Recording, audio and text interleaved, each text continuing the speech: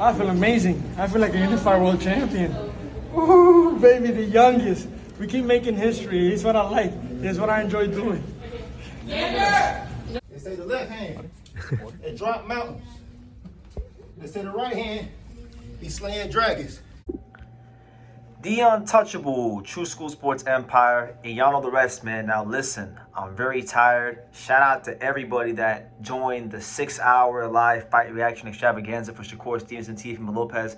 We had a great time, and I'm thankful, just to be at 90,000 subscribers now. So thank you guys for all your love and support over the years. That's why I'm up at like 4:35 a.m., putting out this content for you guys. But I'm going to use the last little bit of strength that I have to make this video about Xander Zayas versus Abass Baraou, because it was a very important fight for the 154-pound division. Unification fight, obviously. Xander Zayas, one of the youngest champions in boxing. Abass Baraou, a new champion, but a guy that didn't waste any time. Both these men stepped up to the plate and made a big-time unification fight happen for the 154-pound division. And going back and watching the fight, I picked this fight correctly. I picked Xander to win, but I also picked the method of victory correctly, because I said on Sean Tatel's channel that Xander was going to win this fight by split decision. And he did win by split decision, but I actually think the judges are being too generous to Abass Baraou, because while he did do some good work, while he did find a home for the right hand, and while he was very much a live dog and a dangerous man for all 12 rounds, I thought Xander Zayas was the ring general in this fight a lot longer. I thought Xander won 8 rounds to 4. Abass Baraou was game. He was durable. He was tough. He was determined. He didn't want to give up that belt.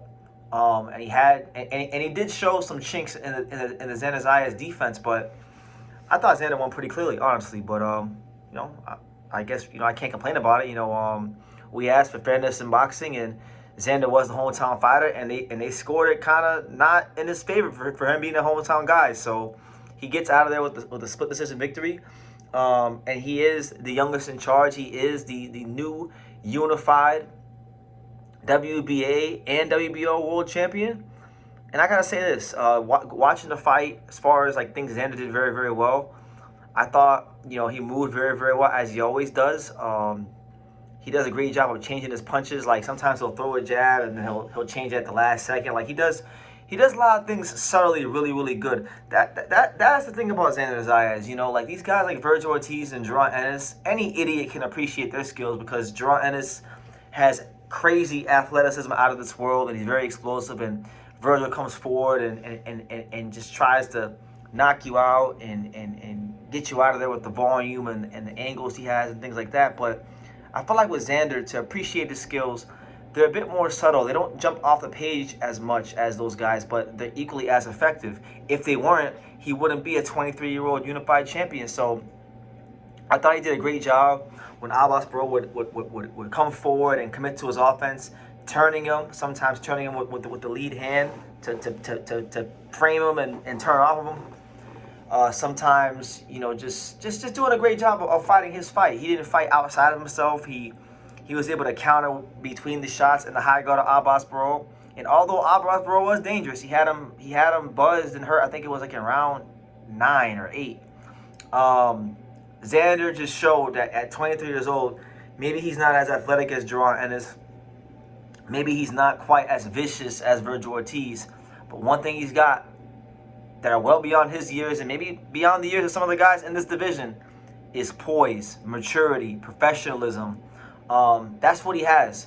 Because let's have it right, Abass Baraou tonight would have beat a lot of 154-pounders. He's a damn good fighter in this division, and I hope Top Rank and boxing and the powers that be allow him to continue to compete at the highest level of the 154-pound division, because he's a fun fighter, he's an action fighter, and he's an equally effective fighter, because he's not just a come forward high guard fighter. He can box, got a good power jab, he can counter, but to be on the front foot, to put punches together, that's very much in his nature. So as far as Xander Zayas, where does he go from here? It's very intriguing. After the fight, he pretty much told the whole division that, hey, you can feel free to come fight me here in Puerto Rico. Which, by the way, when you really sit back and think about, okay, what the hell does this Xander Zayas winning a unification fight against Abass Baraou in Puerto Rico really mean in the grand scheme of things? Well, the venue they fought in holds roughly 18,000 seats. I'm not sure what the attendance was, but it looked like they had a pretty good crowd in there. Maybe it was, I don't know if it was 18,000, but it sounded like at least 10,000. Like, so Xander is showing that he can clearly sell tickets, and after a win like this, he's going to be a bigger commercial star in Puerto Rico. So a lot of these fighters, they might have to concede because, you know, he's got leverage. He's got negotiating power. He got 2 of the belts. He got half the belt. He has half the titles in the division. And if, like I said, if Virgil and Boost keep bickering amongst each other, they might look up one day. They might see Xander's eyes with all these belts. So these top fighters, these big names, they better get to it and find some common ground and get these fights done. Because if not, I'm telling you, Xander might fuck around and become the undisputed champion of 154 pounds. He called Virgil Ortiz out because he said in the interview pretty much that, you know, we sell fights in Puerto Rico. You see that there's a lot of people here in this crowd, you know, so don't make excuses to not want to fight when I was ready, willing, and able. And people, I've seen a lot of people criticize Xander, saying, you know, he's not as good as what they say. He's had the easiest road of any unified champion ever, and fair play to anybody having their opinion, but the reality is this: Xander Zayas is a unified champion at 23 years old. A lot of these guys don't even win a world title ever, or until they're 25, 26. He's unified at 23. So, like I said, man, it's a testament to the hard work he's put in. And personally, for me, if I could see one fight for him next, I mean, I would like to see him fight Sebastian Fundora. You know, Fundora's got his fight with Keith Thurman coming up supposedly. They were supposed to fight. Fundora didn't want to fight.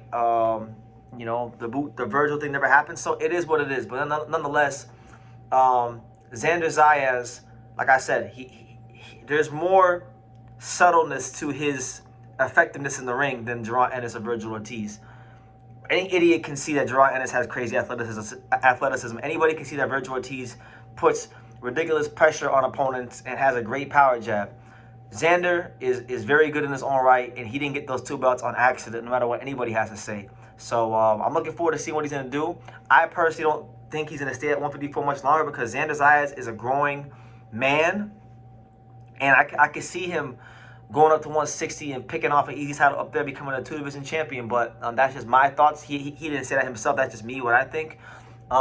If he stays at 160, at 154, then I say run it with Fundora. Run it with Fundora, or, you know, if you can get Josh Kelly, or if you want to fight Jaron Ennis, I mean, if there's a deal that could be made for any of those fights, I'm all for it. I think Xander Zayas is better than a lot of boxing fans who don't think he's that good to give him credit for. And that's, like I said, you don't become champion twice on accident in the same weight class. So I'll leave it at that. Overall, very, very good fight. Abass Baraou, I don't think he deserved a split decision loss. I thought he lost comfortably, and even he thought he lost comfortably because they asked him, you know, when you heard split, did you think you won the fight? And he's like, no, I didn't. So even he didn't agree with it. So nonetheless, very good fight in Puerto Rico.